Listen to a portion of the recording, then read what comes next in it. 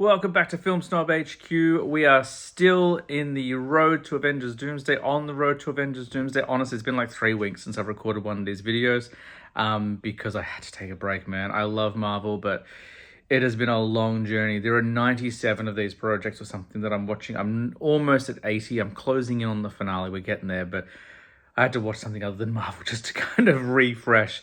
So I have. And then in a matter of 2 days, I knocked out the next one on our list, a really hotly anticipated one for me, one that fans seem to really love, and I really love as well.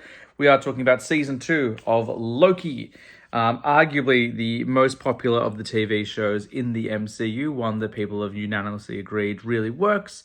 I've enjoyed all the TV shows to different extents, but this one definitely is a lot of fun. Season 2 picks up where Season 1 left off. Loki returns to the TVA after confronting he who must remains. He who must be named, not Voldemort. Kang the Conqueror.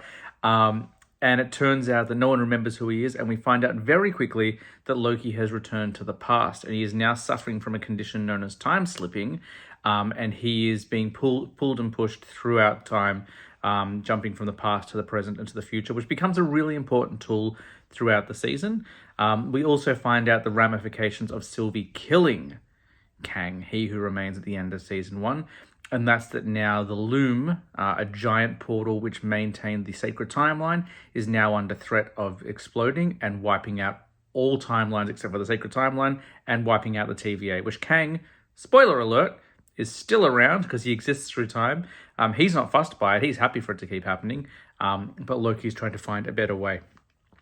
This is a really fun season. It does feel a little bit diminished by the fact that Kang will not be returning now, at least not as the major villain.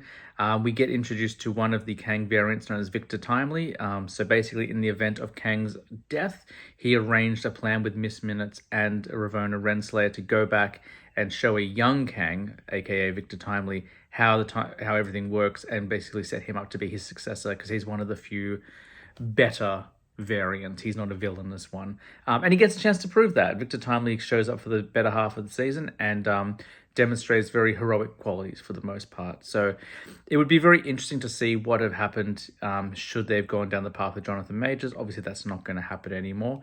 I do enjoy this season more than the first one. The first one is a really fun kind of multiversal adventure, but this one seems to have a much stronger agenda, a point to it. And it really is setting up the events of the Kang Dynasty, which is now Doomsday. It seems like they're still going to play with this, obviously, spoiler alert for Loki Season 2, with Loki basically giving up his freedom at the end of the show to sit on the throne as the Master of Time, or the God of Stories, whatever you want to call him. There's no official title that I'm aware of, but he's holding all the timelines in his hands on the throne. It seems like at some point Doom is going to confront Loki, and hopefully Thor gets a reunion with this version of Loki, this heroic Loki. I think that would be really sweet if they could, kind of close that chapter there. We also get introduced to a couple of new characters, the most important one being OB, Ouroboros, played by Ke Kwan, who you may remember from Everything Everywhere All at Once. And of course, as a child, he was Data in Goonies. He was Short Round in Indiana Jones, Temple of Doom.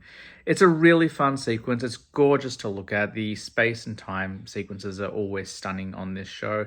Tom Hiddleston is at his best. Owen Wilson is fantastic. Hopefully we get him back in a sequence at some point in Doomsday or Secret Wars. Obviously, not having any powers that we're aware of other than being sick at selling jet skis, he probably won't have too much of an impact on the plot. But if the TVA is going to feature in the movie, put Mobius in there. I know where we last left him, he's now seeking a human life, but I'd still like to see him come back. Don't have much more to say. It's really great. I like everyone in there. I'd like all the characters to come back in some way, shape, or form, so we can enjoy these characters one more time before everything resets after Secret Wars. At least that's the plan. But that's Loki. I really dig it. I'm sure you really dig it. Most people really dig it. There's not really many characters who could return we haven't spoken about already, except for OB, Ouroboros, who I'd love to see back. Victor Timely, somehow I don't think we will. Next up is yet another divisive one, but one that I really enjoyed in theaters, The Marvels.